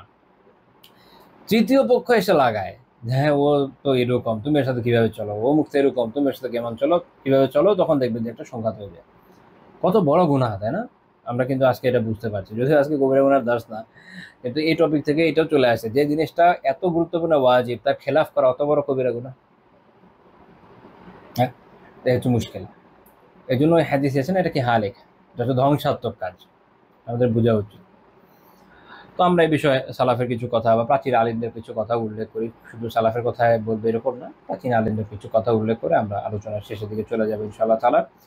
ইমাম ইবনুল কাইয়িম রাহিমাহুল্লাহ তাআলা ইলামুল মুওয়াক্কিঈন, মানে একটা উসুলের কিতাব আছে, এটাতে উনি বলছেন যে একটু আগে যে হাদিসটা আমরা আলোচনা করেছি, কিন্তু শুরু যে হাদিসটা ওটার ব্যাখ্যা নিয়ে উনি বলছেন যে মুসলিমদের মধ্যে যে বৈধ সলহ বা মীমাংসা বা সন্ধি যেটা আছে, এইটা হচ্ছে এরকম, এটা হচ্ছে ওইটা। কোনটা?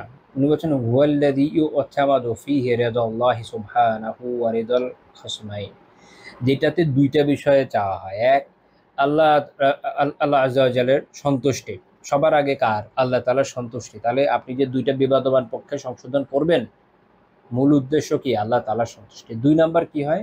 দুই বিবাদমান পক্ষে সন্তুষ্টি। আমরা অনেক সময় সংশোধনের নামে একজনের চাওয়া আরেকজনের কাঁধে চাপিয়ে দেয়, এভাবে করলে হবে না। যদি কোনো দাবি দেওয়ার কারণে পারস্পরিক সংঘাত হয়, তখন উভয় পক্ষকে নিয়ে বসে একটা কমন টার্মে উভয়কে একমত করাতে হবে। উভয় সন্তোষ জরুরি। বলবানের চাহিদাকে দুর্বলের ঘাড়ে চাপিয়ে দেওয়ার মাধ্যমে যে কথিত মীমাংসার পদ্ধতি আমাদের দেশে প্রচলিত আছে, শরীয়তের দৃষ্টিতে এগুলো কোনো মীমাংসাই না, এগুলো জুলুম। এগুলোর জন্য ইনশাআল্লাহ জবাবদিহিতার সম্মুখীন হতে হবে। এই জন্য যখন আপনি এভাবে করবেন, ইমাম ইবনুল কাইয়িম রাহিমাহুল্লাহ বলেছেন যে ফাহাদা আ'দালুস সুলহি ওয়া আহাক্কুহু, এইটাই হচ্ছে সবচেয়ে ন্যায়সঙ্গত এবং সর্বাধিক যথার্থ চুক্তি, সন্ধি, সংশোধন, মীমাংসা।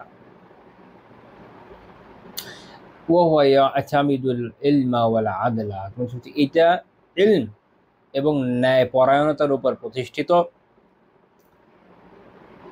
তো উনি এটাও বলছেন ফায়াকুনুল মুসলিহু আলিমান বিল ওয়াকিই আরিফান বিল ওয়াজিবি কাসিদাল লিল আদলি। এইরকম সন্ধির ক্ষেত্রে যেটা হইতে হবে সেটা হলো এই যে মুসলেহ, যিনি সংশোধনকারী, তাকে কি করতে হবে? ঘটনার পরম্পরা সম্পর্কে অবগত হতে হবে। কথা নাই বার্তা নাই, মাঝখান থেকে চলে আসছে মোরল, সে বিচার করবে, সে কিছুই জানে না, হবে না। তাকে অবশ্যই ঘটনা পরম্পরা সম্পর্কে জানতে হবে। আরিফান বিল ওয়াজিবি, ওয়াজিব দায়িত্ব সম্পর্কে তার জ্ঞাত থাকতে হবে। এখন আমাদের দেশে বিচার ফয়সালার মীমাংসার জন্য দুনিয়ার সবচেয়ে বড় অপদার্থ এবং সবচেয়ে অজ্ঞ মূর্খ গর্ধবটাকে এনে বসানো হয়, যে জীবনে তার নিজের সাবজেক্টেও কিছু পড়তে পারে নাই। ইসলাম তো বাদই দেন, ইসলামের বিধানাবলী তো কিছুই জানে না। সে আসবে মীমাংসা করতে, সামাজিক বিচার যেগুলো হয়, সে আসবে মীমাংসা করতে, আশেপাশে এক দুজন হুজুরে বসাই দিবে, বাস হুজুরদের কাজ হচ্ছে জি হুজুর জি হুজুর। তাহলে কেমন হবে? যথার্থ মীমাংসার জন্য এমন ব্যক্তির জরুরত আছে যিনি ইসলামে ইলম রাখেন। তার যদি করণীয় সম্পর্কে জ্ঞানই না থাকে, আবশ্যকীয় জ্ঞানই না থাকে, সে সংশোধন করবে করতে করতে নিজেই জাহেল। আপনি জানেন না আপনি কি বানাতে যাচ্ছেন। মনে করেন আপনি মিষ্টি বানাবেন, আপনি জানেন না রেসিপি, পরোটা কি হবে একমাত্র আল্লাহ তাআলাই জানে। জানতে তো হবে, জ্ঞান তো থাকা লাগবে। তো এই জন্য এই ধরনের দায়িত্বগুলো আসলে আলিমদের হাতে দেওয়া উচিত। মুশকিল হচ্ছে যে তাদের আবার সামাজিক প্রভাব নাই, এই দুইয়ের মিক্সচার করা খুব কঠিন কাজ হয়ে গেছে। আল্লাহ তাআলা অবস্থা সংশোধন করে দোয়া করি, আমিন। এরপরে তার আরেকটা বৈশিষ্ট্য থাকতে হবে কি? কাসিদাল লিল আদল, ন্যায় বিচার প্রতিষ্ঠার উদ্দেশ্য থাকতে হবে, ন্যায় পরায়ণতার উদ্দেশ্য থাকতে হবে। সে যদি আগেই বিক্রি হয়ে গিয়ে থাকে প্রভাবশালীর কাছে, বলবানের কাছে, তাহলে তো হবে না। অথবা আত্মীয় স্বজন থাকতে পারে, যেটা আমরা বলি কনফ্লিক্ট অফ ইন্টারেস্ট, এটা তো থাকতে পারে, এটা হলে হবে না। তার ন্যায় পরায়ণ হতে হবে, ন্যায়ের আকাঙ্ক্ষা থাকতে হবে। যখন এইরকম হবে, এই বৈশিষ্ট্য যেটা মাত্র বলে আসলাম, এইভাবে যখন একটা বিচার হবে তিনি বলছেন ফাদারাজাতু হাদা আফদালু মিন দারাজাতি সাইমি ওয়াল কাইমি, এই এরকম ক্ষেত্রে এই মীমাংসাকারীর মর্যাদা হচ্ছে এরকম যে কিনার সাইম রোজাদার বা কাইম রাত জেগে তাহাজ্জুদ গুজার তার থেকে এর মর্যাদা বেশি হবে। হ্যাঁ, এমনি এমনি না, ওই যোগ্যতাটা নিয়ে এইভাবে কাজ করলে তখন হবে ইনশাআল্লাহ।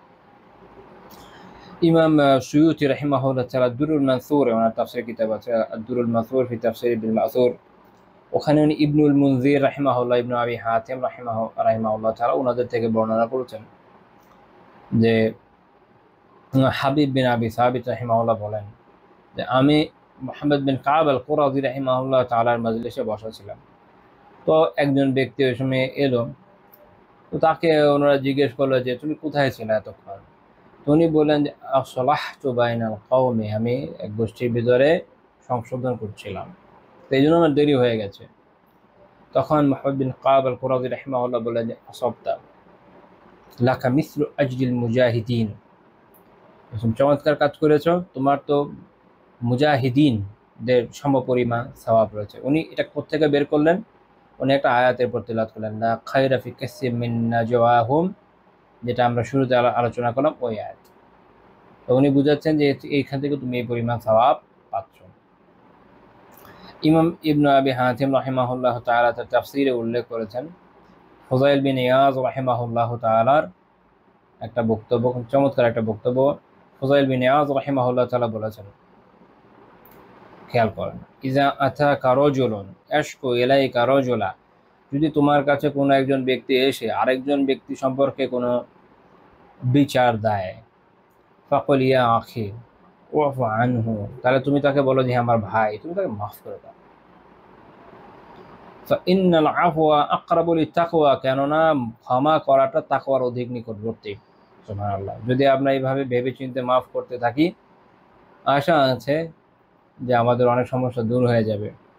এখন আমাদের মনে হতে পারে যে আমাদের মনে তো আসলে ভালো লাগে না, আমি শোধ চাই। তো তিনি এটার ব্যাখ্যা, তিনি আবার এটাও বলছেন ফাইন ক্বাল, যদি সে বলে লা ইয়াহতামিলু কলবিল আফওয়া, আমার মনে তো আসলে ক্ষমাটা আসছে না, ওয়ালাকিন আন তাসিরু কামা আমারানি আল্লাহু আযজা ওয়া জাল্লা, আল্লাহ আযজা ওয়া জাল যেমন আমাকে কোরআনে নির্দেশ দিয়েছেন আমি ওই অনুযায়ী প্রতিশোধ নিতে চাই। এটা তো সরাসরিভাবে বৈধ, কোনো আপত্তি তো নাই। তো তিনি বলছেন ফাকুল্লাহ, তাকে বলে দাও, ইন কুনতা তুহসিনু আন তানতাসিরা ফাফআল, যদি তুমি ইহসানের সাথে, কারণ আল্লাহ তাআলা ইয়ের ক্ষেত্রেও ও প্রতিশোধ নেওয়ার ক্ষেত্রে সীমা লঙ্ঘন করার ক্ষেত্রে নিষেধাজ্ঞা দিয়েছে। কাজে ইহসানের সাথে মানে পারফেক্টলি শরিয়ার পদ্ধতি মেনটেন করে সীমা লঙ্ঘন না করে তুমি যদি প্রতিশোধ নিতে পারো তো নাও, বা ইল্লা ফারজি ইলা বাবিল আফওয়া, কিন্তু যদি সেটা আসলে না পারো, যেটা আসলে খুবই কঠিন কাজ, তাহলে তুমি ক্ষমার দরজার দিকে ফেরত আসো। ফাইন্নাহু বাবুন ওয়াসিউন, কারণ এক প্রশস্ত দরজা, সত্য। ফাইন্নাহু মান আফা ওয়া আসলাহা ফাআজরুহু আলাল্লাহ, কেননা যে ক্ষমা করে সংশোধন করে তার আজর, তার প্রতিদান কার কাছে? আল্লাহ তাআলার কাছে। ওয়া সাহিবুল আফি ইয়ানামু আলা ফিরাশিহি বিল্লাইল, অসাধারণ কথা বলেছেন, এটা একটা অসাধারণ কথা। কেননা যে ক্ষমা করে, ক্ষমাপরায়ণ ব্যক্তি, সে রাতে তার বিছানায় শান্তিতে ঘুমায়। ওয়া সাহিবুল ইনতিসার ইউকাল্লিবুল উমুর, আর যে প্রতিশোধ পরায়ণ ব্যক্তি, যার অন্তরে প্রতিশোধের আগুন দাউ দাউ করে চলছে, হ্যাঁ, প্রতিশোধের আগুন দাউ দাউ করে জ্বলছে, সে রাতে বিভিন্ন বিষয়ে অস্থির থাকে, অনেক চিন্তা তার, কিভাবে প্রতিশোধ নিব, অমুক এখনো ঘুরে বেড়াচ্ছে, তাকে আমার এই করতে হবে, ওই করতে হবে, সে আমার সাথে এই করেছে, ওই করেছে, চিন্তা টেনশনে শান্তিতে ঘুমোতে পারে না। এই জন্য বাংলায় বলে না, প্রতিশোধের আগুন দাউ দাউ করে জ্বলছে, ওই আগুনে সে নিজেও পড়ে বটে। তো এটা হচ্ছে ফুযাইল রাহিমাহুল্লাহ তাআলা একটা নাসিহা। আশা করি তা আমাদের জন্য কিছু না কিছু শিক্ষার উপকরণ তো আছে। আচ্ছা, এখন আমরা আলোচনার ইতি টানি কিছু শিক্ষা, কিছু উপকারিতা নিয়ে, যে পারস্পরিক সম্পর্ক সংশোধনের উপকারিতাগুলো কি, কিছু উপকারিতা আমরা উল্লেখ করব। এটা খুব চমৎকার কিতাব সেনাদাতুন নাইম, আমি আমার এই পুরো দর্শে জায়গায় জায়গায় এই কিতাব থেকে উপকৃত হয়েছি। কিতাবটা আমার কাছে আছে আলহামদুলিল্লাহ 8 কপি 12 খণ্ডের সব মিলে। 12 খণ্ড মানে 11 ঘন্টা কিতাব, 12 নম্বর খণ্ডটার সূচিপত্র, মোট 11 ঘন্টা আপনি ধরতে পারেন। খুব চমৎকার একটা কথা আসলে। আচ্ছা, তো ওইটাতে ওনারা এই বিষয়ে বেশ কিছু উপকারিতার কথা উল্লেখ করেছেন। ফায়দা ইসলাহ বাইনাল মুমিনিন, কি ফায়দা মুমিনের মধ্যে ইসলাহ করার মাধ্যমে? এক হচ্ছে, প্রথমে তারা উল্লেখ করছেন যে মুসলিমদের বিবাদ হলে এটাতে মধ্যস্থতা করা ওয়াজিব। তো এটাতে কি হবে, যেন এর মাধ্যমে সামাজিক জীবনে স্থিরতা আসে, এটা কি বলবো, এটা সুদৃঢ় হয় সামাজিক জীবন। এবং যেগুলো এমন কাজ যেগুলো ফলবাহী, এরকম কাজে দিয়ে গিয়ে যেতে পারে। কারণ পারস্পরিক সংঘাত নিয়ে মানুষের জীবন এইভাবে বিপর্যস্ত হয়ে যায় যে আমরা সুস্থিরভাবে থাকতেও পারি না, ফলপ্রসূ কাজে দিয়ে এগুতে পারি না, তাই না? যেটি একটু আগে ফজল রাহিমাহুল্লাহ তাআলার কথা থেকেও কিন্তু এসছে, উঠে এসেছে ওখান থেকে। তো এখানে একটা গুরুত্ব এই বিষয়ে পাওয়া যায় যে পারস্পরিক সংঘাতে যদি সংশোধন করা হয় তাহলে এই সমস্যার সমাধান তো হবে। 2 নম্বর হচ্ছে, যখন সমঝোতা করা হয়, আত্মিক বা আন্তরিকভাবে যখন সমঝোতা করা হয়, জোরপূর্বক না আসলে, তখন উভয়ের মধ্যে যে একটা বিচ্ছিন্নতা ছিল তার জায়গায় একটা ভালোবাসা, অপছন্দনীয়তার জায়গায় ভালোবাসা এবং বিচ্ছিন্নতার জায়গায় এক ধরনের মমত্ববোধ, বন্ধুত্ব, বাবাদ্দা সৃষ্টি হয়ে যায়। যেটা আগে ছিল বিচ্ছিন্নতা, এখন সেই জায়গায় ভ্রাতৃত্ববোধ, বন্ধুত্ববোধ তৈরি হবে। যেখানে আগে ছিল অপছন্দনীয়তা বা ঘৃণা, সেখানে ভালোবাসা প্রতিষ্ঠা লাভ করবে। এবং ওনারা বলছেন এই কারণেই কখনো কখনো সত্যের জন্য সাময়িকভাবে অসত্যও গ্রহণযোগ্য হয়ে ওঠে। 3 নম্বর পয়েন্ট হচ্ছে, এর মাধ্যমে মানুষের অন্তরে ক্ষমা করার যে ফজিলত, এটার চারা বপিত হয়। মনে রাখেন, দুনিয়ার সব বিষয় তো আসলে অভ্যাসের মাধ্যমে অর্জন করা যায়। যেমন যে কখনোই দান করে না, তার জন্য হঠাৎ বড় দান করা এটা প্রায় অসম্ভবের মতো বিষয়। অল্প অল্প অল্প অল্প করে দান করতে করতে দানের হাতকে বিকশিত করতে হয়, এক পর্যায়ে আপনি অনেক দান করতে সক্ষম হবেন ইনশাআল্লাহ। তেমনি ক্ষমা করতে করতে, ছোট ছোট বিষয় ক্ষমা করতে করতে মানুষের অন্তরকে ওই পর্যায়ে নিতে হয় যে বড় বড় বিষয় আপনি ক্ষমা করতে সক্ষম হবেন। যদি আপনি একদমই ক্ষমা নাই করেন, দেখবেন এক সময় অন্তর এত সংকুচিত হবে যে ছোট বিষয় আপনি ক্ষমা করতে পারবেন না। আমরা যদি সারা দুনিয়ার সবাইকে এইভাবে প্যারার মধ্যে রেখেই দিই, আল্লাহ তাআলার কাছে মাফ পাওয়াটা একটু কঠিন হয়ে যেতেও পারে, আল্লাহ জানেন। বাট এখন আমরা বেশি বেশি ক্ষমা করে একটা কাজ তো করতে পারবো। আল্লাহ তাআলার কাছে গিয়ে বলবো, আল্লাহ আপনার বান্দাদের আমি মাফ করে আসছি, দয়া করে আমাকে এই উসিলায় মাফ করে দেন। আমার তো আল্লাহর ক্ষমাটা অনেক বেশি জরুরি। 4 নাম্বার বিষয় হচ্ছে,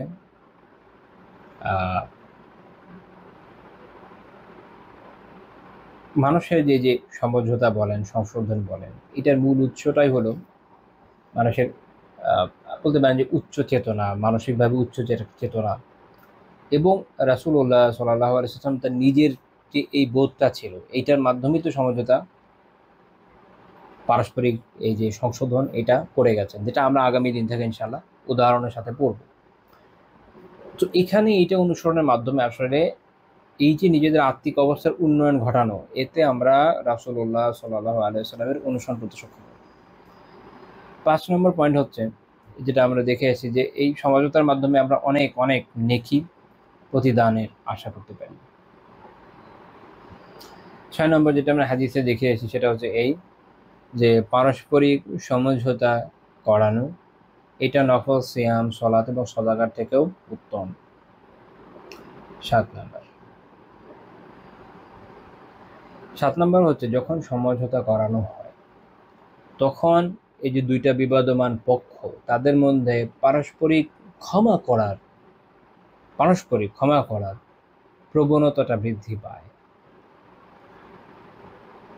যদি এটা না হতো তাহলে ওই তাদের মধ্যে যে একটা ঘৃণার আগুন, ক্রোধের আগুন, এটা জ্বলতেই থাকতো।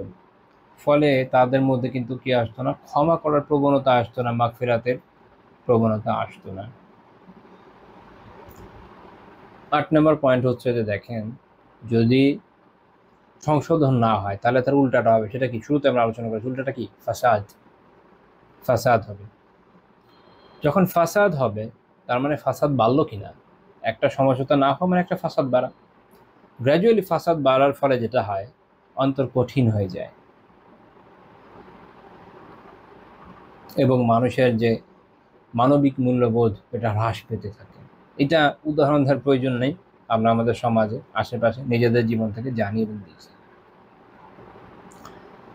সর্বশেষ গুরুত্বপূর্ণ বিষয় হচ্ছে যে এই যে পারস্পরিক সম্পর্কের সংশোধন করাটা, এটা এমন একটা বিষয়, এমন এক অঙ্গীকার যা মুসলিমদের থেকে নেওয়া হয়েছে। আমরা আয়াত থেকে দেখেছি যে আল্লাহ তাআলা নিজে নির্দেশ দিয়েছেন আমরা যেন এটা করি। তো আমাদের যেটা একটা আবশ্যকীয় দায়িত্ব, ওয়াজিব দায়িত্ব, যেটা আমরা আলোচনা করে এসেছি। তো কাজে এই হিসাবে আমাদের তো এটা করা দরকার। তো আমরা মোটামুটি আলহামদুলিল্লাহ 9টা উপকার তো দেখলাম, চিন্তা করলে আরো অনেক পারবেন, আমরা অত দীর্ঘায়িত করবো না আলোচনা। তো আল্লাহ তাআলা আমাদের তৌফিক দেন, আমরা যেন এই বিষয়গুলো বুঝি, আমাদের অনুধাবনের তৌফিক দেন, এর উপর আমলের তৌফিক দেন, ব্যক্তি জীবনে যেন এর উপর আমল করতে পারি সেই তৌফিক দেন। এর মাধ্যমে আমি, আপনারা, আমরা সবাই যেন উপকৃত হতে পারি সেই তৌফিক দান করেন, এবং এর মাধ্যমে আমাদের পারস্পরিক যে সমস্যাগুলো যেন সমাধান করতে পারি সেই তৌফিক দান করেন। আমি উল্লেখ্য যে অনেক ক্ষেত্রে আমরা একটা সমস্যা দেখি, মানুষ রীতিমতো বড় বড় তাগুদ মাফ করে বসে থাকে, কিন্তু মুসলিম ভাই যাকে মাফ করা অধিক গুরুত্বপূর্ণ, বা যেটা আসলে যেটা জরুরি, যাদেরকে মাফ করার ব্যাপারে মূলত আয়াত এবং হাদিস উৎসাহিত করছে, সেখানে আমরা দেখি যে এই বিষয়গুলো কেন যেন আমরা প্রয়োগ করতে পারি না, ব্যর্থতায় পর্যবসিত হয় আমাদের উদ্যোগ, বা অনেকের চিন্তাই আসে না। এটা হওয়া উচিত না, কারণ মুমিনদের বৈশিষ্ট্য হচ্ছে কি, রহমাউ বাইনহুম, তারা হচ্ছে পারস্পরিক একে অপরের প্রতি রহমদিল, তাই না? তো আমাদের এই উদ্যোগগুলো সবচেয়ে বেশি জরুরি কাদের জন্য? মুমিনদের নিজেদের মধ্যে, যারা আলহামদুলিল্লাহ দিন পালন করে আল্লাহর রহমতে সিনসিয়ারলি। হতে পারে 2টা 4টা 5টা 10টা দলে বিভক্ত হতে পারে, দেখেন এটা খুব বড় সমস্যা না। সমস্যা হচ্ছে যখন এটা সংঘাতের কার্যকারণে পরিণত হয় এবং সেখানে কোনো ন্যায় ইনসাফ বলে কিছু থাকে না, একে অপরের বিরুদ্ধে প্রোপাগান্ডা করার ক্ষেত্রে শরীয়তের বিধানের কথা ভুলে যায়, তারা এমনভাবে পরস্পরের প্রতি আক্রমণ করে যেন একে অপরকে কুফফার মনে করছে। তো এইটা ইটসেলফ বলে দেয় যে যারা কাজটা করছে তাদের কাজটা যে বেঠিক, কিন্তু আল্লাহ তাআলা তাদের অন্তরে মোহর মেরে দিয়েছেন কিনা এ তো আল্লাহ তাআলাই জানেন। কেন তারা বুঝতে পারছে না, এটা আমার বোধগম্য নয়। আমাদের মনে রাখা উচিত যে মুসলিমদের কিছু বিশেষ অধিকার আছে যেটা কাফিরদের নাই। অনেকে তো মুসলিম আর কাফিরদের আজকাল একই মনে করছে, আবার অনেকে মনে করছে যে ধর্মের মধ্যে মনে হয় ইসলামের আলাদা বিশেষ অবস্থান নেই, এও তো বিলে প্রত্যেকটাই কুফর, ইসলাম থেকে বের হয়ে যাওয়ার মতো গুনাহ, এই ধরনের চিন্তা রাখা। অবশ্যই ইসলাম একমাত্র দিন আল্লাহ তাআলার কাছে মনোনীত। অনেকে বলে যে ইসলাম শ্রেষ্ঠ দিন, শ্রেষ্ঠ দিন এরকম না। ইন্না দিন বলে আল্লাহ তাআলা এটাকে আরবিতে কি বলবো, বাংলায় কি, আরবি তো জানি না, বাংলায় কি বলবো এটা মাথায় আসছে না। আমরা বলতে পারি যে সীমিতকরণ করেছেন, ইন্না দিন দিয়ে এই যে প্যাটার্নটা, এটাতে আরবিতে আল্লাহ কি করেছেন, সীমিত করে দিয়েছেন, যে শুধুমাত্র ইনদাল্লাহ, আল্লাহ তাআলার কাছে দিন একটাই, যেটা হচ্ছে আল ইসলাম। বাকিগুলো তো আল্লাহর কাছে দিনই না, এমন না যে এটা থেকে ওটা শ্রেষ্ঠ, বাকিগুলো দিনই না। ইসলামের দৃষ্টিতে ইসলাম একমাত্র দিন আল্লাহ তাআলার কাছে, বাকিগুলোর দিন না। ওগুলো কোনোটা আগে একসময় ইসলাম ছিল, ইসলাম থেকে বিকৃত হয়ে শেষ হয়ে গেছে, আর বাকিগুলো মানব রচিত বিভিন্ন দিন তো আছে। ওগুলো দিন হিসাবে, ইসলামের দৃষ্টিতে দিন হিসাবে গ্রহণযোগ্য না, মানবীয় দৃষ্টিকোণ থেকে হলে হতে পারে। তো এটা আসলে আলোচ্য বিষয় হতে পারে না যে তারা মুসলিমদের কত কাছাকাছি সেই, এগুলো আলোচনার প্রয়োজন নেই। মুসলিমরাই, ইসলাম ইসলামে, আল্লাহ তাআলা আমাদেরকে সুপিরিয়রিটি দিয়েছেন, ওটা আমাদের বজায় রাখতে হবে। এটাও আমাদের দিনের একটা গুরুত্বপূর্ণ বিষয়। যখন আল্লাহ তাআলা বলছেন কি খায়র উম্মাহ, তো এটা হচ্ছে শ্রেষ্ঠ উম্মাহ। আগে যে উম্মাহ যেগুলো যারা হকের উপর ছিল, সেই পরম্পরাতে বর্তমান উম্মাহ হলো শ্রেষ্ঠ উম্মাহ। বাতিলগুলোর কথা বাদ দেন, আগের যে পরম্পরা ছিল ওই পরম্পরায় এই অংশটা এসে রাসূলুল্লাহ সাল্লাল্লাহু আলাইহি ওয়াসাল্লাম থেকে নিয়ে কিয়ামত পর্যন্ত এই যে একটা অংশ, এই উম্মাহটা হলো এই পুরো ইসলামের যে সিলসিলা আদম আলাইহিস সালাম থেকে নিয়ে, এটার মধ্যে শ্রেষ্ঠ পার্টিটা। সেখানে যারা বাতিল ওদের কথা বাদই দেন, এটা আলোচনার বিষয় হতে পারে না যে অমুক আমাদের সাথে কি এই সে, প্রয়োজন নেই। বা ইসলামকে মর্যাদা আল্লাহ তাআলা দিয়েছেন, এটা আমাদের বিশ্বাসে রাখতে হবে। মুমিনদের মর্যাদা আল্লাহ তাআলা সবচেয়ে বেশি রেখেছেন, মনে রাখতে হবে। তাদের বিশেষ কিছু অধিকার আছে, সেটা খেয়াল রাখতে হবে। অন্যান্য মানুষ যারা আছে তারাও এক হিসেবে উম্মাহ, যে তাদের কাছে দাওয়া দেওয়া হবে। মানুষ হিসেবে তাদের কিছু অধিকার আছে, শরিয়া সেটা স্বীকার করে, সেটা আলাদা কথা। কিন্তু সেটাকে রক্ষা করতে গিয়ে যদি মুসলিমদেরকে তাদের কাতারে নামিয়ে আনা হয়, ইসলামকে আলিয়াউযুবিল্লাহ বিভিন্ন কুফরি শিরকি মতবাদের দিনের কাছাকাছি নিয়ে আসা হয়, এটা অনেক বড় জুলুম। এটা থেকে বেঁচে থাকা জরুরি। আল্লাহ আমাদের বোঝার তৌফিক দিন, আমিন। এবং মনে রাখতে হবে যে কোনোভাবেই মুসলিমদের হকগুলোকে নষ্ট করা চলবে না, বরং মুসলিমদেরকে রক্ষা করতে হবে। মুসলিমদের পারস্পরিক যদি কোনো সমস্যা হয়, পারস্পরিক সংঘাত হয়, তার সমাধান করতে হবে। এবং একজন মুসলিমকে বিশেষভাবে তার মর্যাদাগুলোকে দিতে হবে, তার হকগুলোকে আদায় করতে হবে। আল্লাহ তাআলা বেশিগুলো বোঝার তৌফিক দিন, আমিন। সুবহানাকাল্লাহুম্মা বিহামদিকা লা ইলাহা ইল্লা আনতা আস্তাগফিরুকা ওয়া আতুবু ইলাইক।